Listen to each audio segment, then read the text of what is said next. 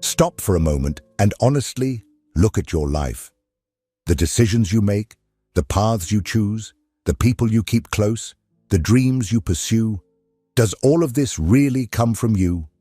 Or is there, deep down, something making those decisions for you? I'm not talking about external influences like family, society, or culture. I'm talking about something internal, intimate, silent, something that lives within your own mind. Carl Jung believed that much of what we call the self is, in fact, an illusion, a facade. Most of our lives are driven not by the conscious part, the one that is here now listening to my words, but by a set of unconscious forces that act like automatic programs. And the most unsettling part, these programs were not created to set you free. They were shaped to keep you safe, but safe in the sense of trapped, limited, confined in patterns you don't even notice. Imagine that within you exist small psychological entities, subpersonalities that observe the world, decide how you should act, and, when you least expect it, take control. Jung called them autonomous complexes. They don't ask for your permission. They don't inquire if you want to react with fear, anger, or submission. They simply act.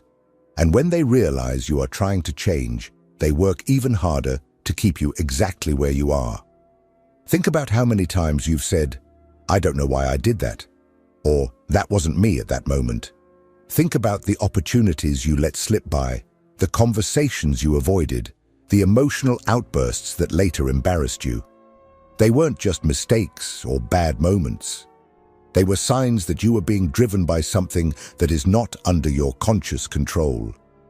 And this is where the subject gets even darker. Jung realized that these forces do not act in isolation. They feed off each other, strengthen one another, and create a cycle that is almost impossible to break.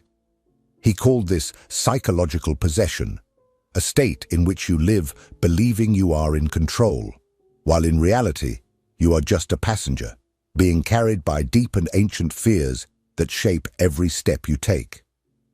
These fears are not the kind you feel when watching a horror movie or when facing real danger. They are subtler, more ingrained. They are invisible forces that shape your behavior, your choices, and even your own identity.